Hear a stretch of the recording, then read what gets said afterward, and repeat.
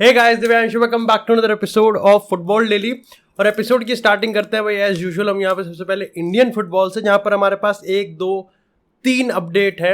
अगर सबसे पहली अपडेट की बात करें तो थोड़ी सी डिप्लोमेटिक और पॉलिटिकल है, क्योंकि कल एआईएफएफ के प्रेसिडेंट कल्याण चौबे की यहाँ पर मीटिंग हुई है। अगर हम होम मिनिस्टर अमित शाह की बात करें, ये पता है इंपॉर्टेंट इसलिए हो जाता है क्योंकि like irrespective of the political opinion, irrespective of the fact कि यहाँ पर किसके क्या पर्सनल ओपिनियंस है, लेकिन यहाँ पर ये बहुत इंपॉर्टेंट है कि जो ऑर्गेनाइजेशन है, यानी कि अगर स्पोर्ट्स ऑर्गेनाइजेशन की बात करें, ऑल इंडिया फुटबॉल फेडरेशन की, उसके लीडर की और करंट गवर्नमेंट अगर हम रजीम की बात करें तो उनके बीच में यहाँ पर सिनर्जी बननी चाहिए। और ऐसे में यहाँ पर कल्याण चौबे ने सोशल मीडिया पे पोस्ट करके बताया कि कैसे यहाँ पर हाल ही में इंडिया के जितने भी रिसेंट सक्सेस हुए हैं और जितने भी रीसेंट डेवलपमेंट हुए उसके चलते यहाँ पर आने वाले टाइम में गवर्नमेंट ऑफ इंडिया, पर्टिकुलरली अगर मोदी सरकार की बात करें तो यहाँ पर वो 2047 वाले विजन, अगर हम फुटबॉल की बात करें तो उसमें काफ़ी ज़्यादा इन्वेस्टेड है और काफ़ी ज़्यादा उसको स्ट्रेटेजिक मानती है। ऐसे में यहाँ पर हमको आने वाले टाइम में काफ़ी ज़्यादा इंपॉर्टेंट फंडिंग मिल सकती है, जो कि इंडियन फुटबॉल के लिए बहुत ही ज़्यादा इंपॉर्टेंट है।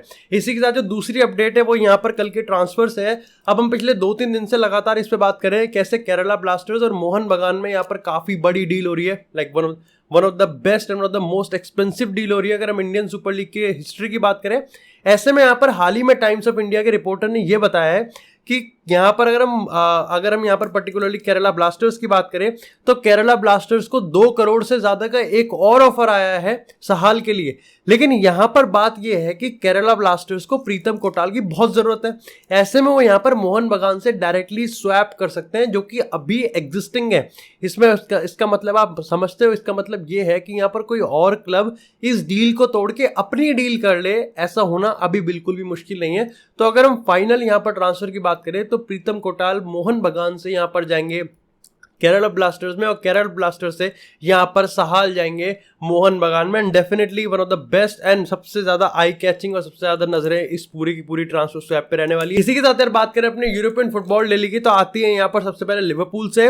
और भाई सऊदी ने तो जैसा हमला किया है लिवरपूल पे, ऐसा तो भैया हमने किसी और क्लब पे देखा ही नहीं। यहाँ पर 2 दिन के अंदर उनके 2 सबसे मोस्ट बिगेस्ट इन्फ्लुएंशियल प्लेयर यहाँ पर वो लेके जाने वाले हैं। अब हाल ही में हमने कल जॉर्डन हेंडरसन की बात करी थी, कैसे यहाँ पर जो प्लेयर लगभग 12 घंटे पहले ये कह रहा था कि शायद से वो सऊदी अपनी फैमिली को लेकर नहीं शिफ्ट हो सकता, पैसे को किया 4 गुना। और कहीं ना कहीं मामला थोड़ा सा सर के बल पलटता हुआ दिख रहा है, क्योंकि जॉर्डन हेंडरसन की बात करें तो वो यहाँ पर स्टीव जेरार्ड के नए क्लब का ऑफर एक्सेप्ट करते हुए दिख रहे हैं, जो कि हमको यहाँ पर ऑन द वे यहाँ पर इसकी ऑफिशियल अनाउंसमेंट होती हुई दिख सकती है। अगर लिवरपूल की आस्किंग प्राइस की बात करें तो कुछ लोग बता रहे हैं कि 10 मिलियन है, तो कुछ लोग बता रहे हैं कि 20 मिलियन वो यहाँ पर मांगने वाले हैं जॉर्डन हेंडरसन ने। एंड आई थिंक अभी तक यहाँ पर जर्गन क्लॉप और जॉर्डन हेंडरसन की भी मीटिंग नहीं हुई है, लेकिन इतना झटका काफी नहीं था कि लिवरपूल के फैंस को एक और झटका लग गया कि यहाँ पर उनके single most important defensive midfielder की बात करें, यानी कि फेबिनियो की बात करें, जो कि भाई मेरे को तो सही में बताऊं 34-35 का लगता है, लेकिन वो सिर्फ 29 साल का है। ऐसे में यहाँ पर अगर हम अल इत्तिहाद की बात करें तो उन्होंने यहाँ पर ऑफर डाला है। एंड अगेन सैलरी की बात करें तो सैलरी तो 3 गुना 4 गुना होगी, जो कि वो लिवरपूल में कमा रहे हैं, लेकिन साथ ही वो लिवरपूल को 40 मिलियन पे करने वाले हैं। ऐसे में यहाँ पर अगर हम बात करें जर्गन क्लॉप की, तो देखो यहाँ पर जेम्स मिलनर जा चुका है, ऑक्सलेड चेम्बरलिन जा चुका है, यहाँ पर थियागो अल्कांट्रा ऑलरेडी मार्केट में है।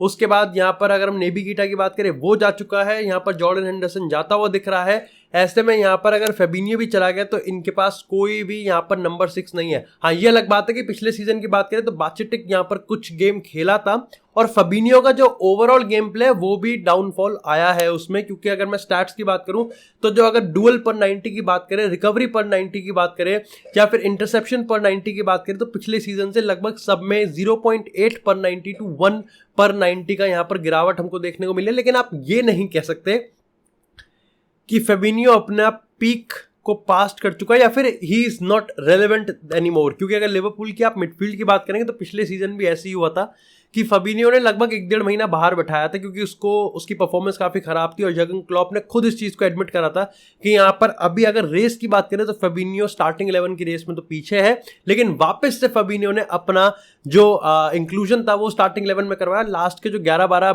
गेम थे जिसमें अनबीटन रही थी लिवरपूल, उसमें उसका बड़ा रोल था।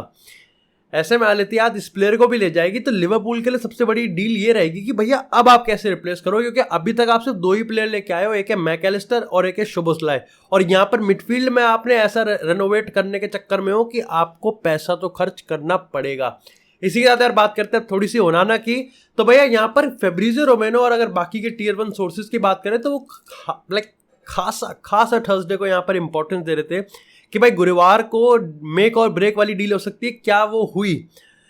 पार्शली यस, क्योंकि देखो ऑफिशियल अनाउंसमेंट या फिर ब्रेकिंग अनाउंसमेंट इमिनेंट थी लेकिन वो नहीं हुई, लेकिन ये कंफर्म कर दिया गया इंटरमीडिएरीज यानी कि बीच के जो बिचौलिए होते हैं उनके थ्रू ये कंफर्म करवा दिया गया। और सबसे पहले इस चीज को ब्रेक करा है डी मार्जियो ने। उन्होंने ये चीज कहा है कि Onana to Manchester United almost done हो चुका है। दोनों क्लब के बीच में जो एग्रीमेंट हुआ है वो यहाँ पर 50 मिलियन का हुआ है।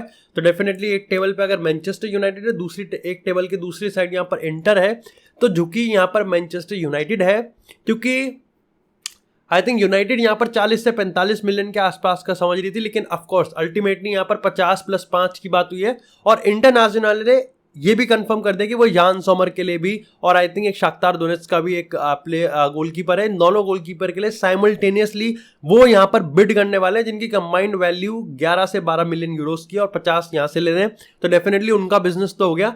साथ ही यहाँ पर ये चीज इसलिए प्रूफ हो जाती है क्योंकि हाल ही में ओनाना ने अपना गुड बाय यहाँ पर डिनर किया है वहीं के इटली के किसी एक रेस्टोरेंट में, तो उसकी भी पिक काफी ज्यादा सोशल मीडिया पे वायरल हो रही है। और उसके चलते यहाँ पर एक कंफर्म हो गया कि ओनाना टेन हैग की टीम में आने वाला है।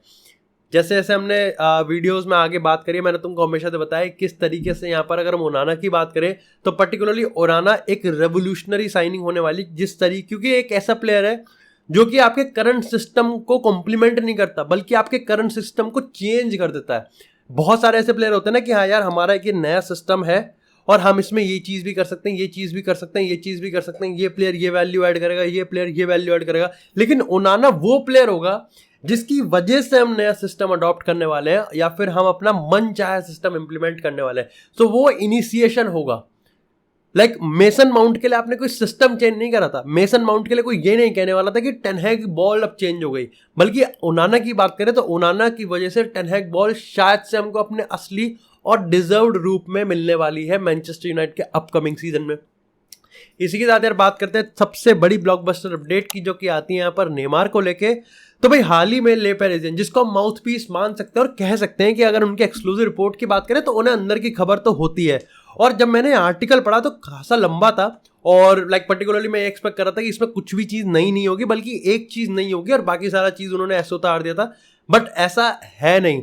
यहाँ पर मेरे को 3-4 चीज़ें नई पढ़ने को मिली जो कि काफ़ी ज़्यादा इंटरेस्टिंग थी। सबसे पहले तो ये बताया गया कि भाई देखो लुइस एनरिके में खासा जो जोश था वो है नहीं नेमार के लिए। पर्टिकुलरली अगर लुइस एनरिके की पहली प्रेस कॉन्फ्रेंस की बात करें तो नेमार के मुद्दे पे उसने कोई खास एक्साइटमेंट के साथ या फिर खास एडिशनल इन्फॉर्मेशन के साथ उसने कोई आंसर नहीं किया।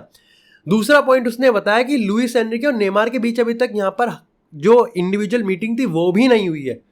उसके साथ तीसरी चीज बात करें तो बताया गया कि देखो पर्टिकुलरली प्रीमियर लीग के 2 क्लब हैं जहां पर पहला चेल्सी और दूसरा छुपाया जा रहा है एनोनिमस, लेकिन मैं मैनचेस्टर यूनाइटेड उसको मान रहा हूं। लेकिन खासा नजर यहां पर उस पर चेल्सी पे रखी गई और उन्होंने बताया कि चेल्सी के अगर अंदर के लोगों की बात करें तो एनोनिमस बंदे, यानी कि वो बंदा जिसको अपनी थोड़ी सी डिप्लोमेटिक रिलेशन बनाने के लिए अपना जो नाम है उसे गुप्त रखना पड़ेगा, उसने बताया कि चेल्सी लोन में इंटरेस्टेड नहीं है, चेल्सी ट्रांसफर में इंटरेस्टेड है। और ये पीएसजी के लिए सबसे बड़ी रिलीफ की बात है। आई थिंक मैनचेस्टर यूनाइटेड अगर लोन का डील लेके आएगी तो और उसके सामने चेल्सी आएगी तो चेल्सी को आधे घंटे के अंदर क्लियरेंस मिल जाएगी। तुमको समझना पड़ेगा कि लगभग 30 से 35 मिलियन यूरोस की सैलरी यहाँ पर पीएसजी की छाती से उठा के चेल्सी अपनी छाती पर रखने वाली है।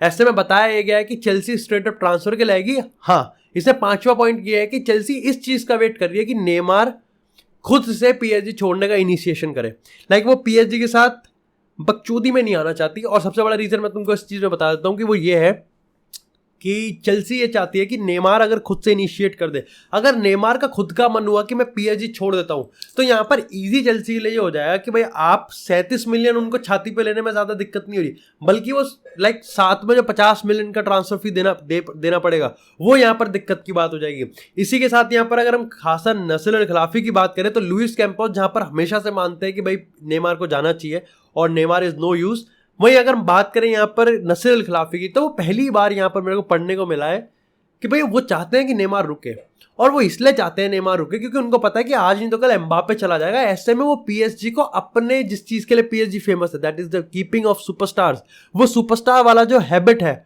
वो एकदम चेंज नहीं करना चाहते। वो मानते हैं कि आने वाले 2-3 सालों में एक सुपरस्टार तो होना ही चाहिए, क्योंकि जहां वो नेमार और मेसी को सेक्रीफाइस कर रहे थे कि हाँ ये चला जाए, वो एम्बापे के बेसिस पे था। लेकिन क्योंकि अब मेसी चला गया और बचे 2 हैं, जिसमें से जिसको वो जाने देना चाह रहे थे वो तो रुका हुआ है, और जिसको नहीं जाना देना था वो जाने के लिए उतावला हो रहा है। ऐसे में यहाँ पर नेमार को लेके एक बड़ी खबर ये भी है कि MLS सऊदी ये भी अट्रैक्टेड है और ये भी अवेयर है।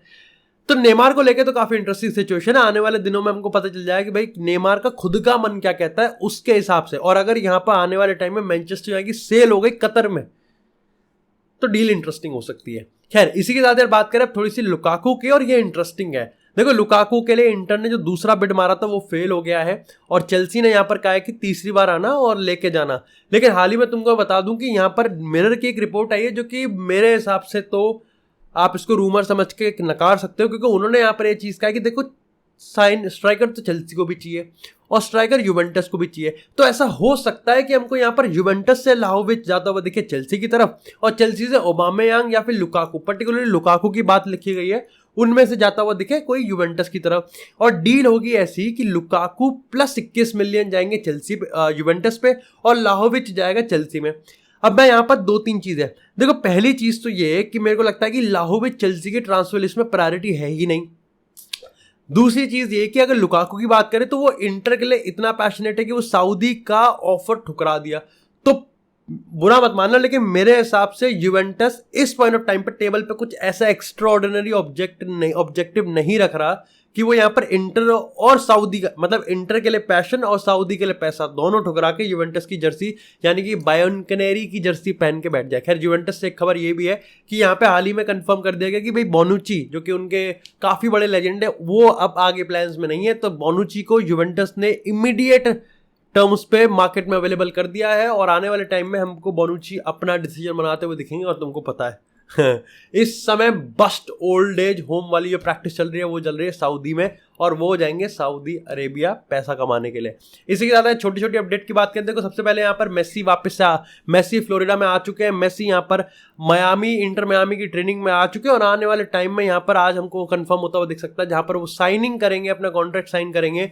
और अल्टीमेटली यहाँ पर परसों तो उनका बड़ा प्रोग्राम है जिसमें बैड बनी, शकीरा, इन सब के नाम आ रहे हैं कि भाई वो भी यहाँ पे प्रोग्राम में शिरकत करेंगे। और खासा यहाँ पर अगर हम पुनीत सुपरस्टार और MC स्टैन की बात करें तो वो भी यहाँ पर काफ़ी ज़्यादा जोश में दिख रहे हैं कि वो भी परफॉर्म करेंगे। इसी के साथ अगर हैरी केन की बात करें तो बताया गया है कि भाई बायर्न के CEO और डेनियल लेवी दोनों के बीच में यहाँ पर मीटिंग हुई है, लेकिन वो यहाँ पर इसलिए हुई है क्योंकि दोनों क्लब के बीच में रिलेशनशिप काफ़ी ज़्यादा अच्छे हैं, और ऐसे में उसको बरकरार रखते हुए दोनों जो डिप्लोमैट्स हैं उनके बीच में डिनर हुआ है, ब्रेकफास्ट हुआ है। लेकिन सच कुछ यहाँ पर ना ही तीसरे बिड की बात हुई है और ना ही इस चीज़ की बात हुई है कि भाई कितना बिड होना चाहिए। आई थिंक यहाँ पर अगर दोनों के बीच में रिलेशन अच्छा है तो बायर्न के पास एक अच्छा एज है, लाइक काफ़ी अच्छा एज है, पर्टिकुलरली प्रीमियर लीग राइवल से तो काफ़ी अच्छा एज है। चाहे मैं मैनचेस्टर यूनाइटेड की बात करूं या फिर मैं लाइक चेल्सी वगैरह किसी की बात करूं जो कि हैरी केन को साइन करने के पक्ष में इस समय दिख रहे हैं। इसी तरह अगर फ्रेड की बात करें तो भाई गालाटासरे ने यहाँ पर फ्रेड के लिए एक ऑफर डाला है, and to be honest I think Fred को यहाँ पर अब जाना चाहिए। आई थिंक वो यहाँ पर काफ़ी ज़्यादा बेनिफिशियल रहेगा, क्योंकि फ्रेड यार कहीं ना कहीं अब थोड़ा सा स्टॉपर होता हुआ दिख रहा है। फ्रेड कहीं ना कहीं अब उस लेवल की प्रोफाइल है जहाँ पर आप समझ पा रहे हो कि टेन हैग इसको यूज़ नहीं करेगा, क्योंकि उसमें अगर क्वालिटी की बात करें तो डेफिनेटली यहाँ पर क्वालिटीज़ हैं, लेकिन वो क्वालिटीज़ नहीं है जो कि ऑन द बॉल इस समय टेन हैग अपने मिडफील्ड में ढूंढ रहा है। एंड पर्टिकुलरली मेसन माउंट के आने के बाद तो फ्रेड का जो रोल है वो और भी कम हो जाएगा। Same goes for Scott McTominay. एंड इसी के साथ मैंने बोनुची की खबर तो तुमको सुनाई दे। बाकी that's it for this episode guys. I hope आपको एपिसोड पसंद आया हो। एपिसोड पसंद आया तो एपिसोड को लाइक करें, चैनल को सब्सक्राइब करें। आपको इस फुटबॉल से एक्सक्लूसिव कंटेंट चैनल पर मिलता रहेगा। तब तक के लिए stay tuned, stay safe, and I will see you in the next episode.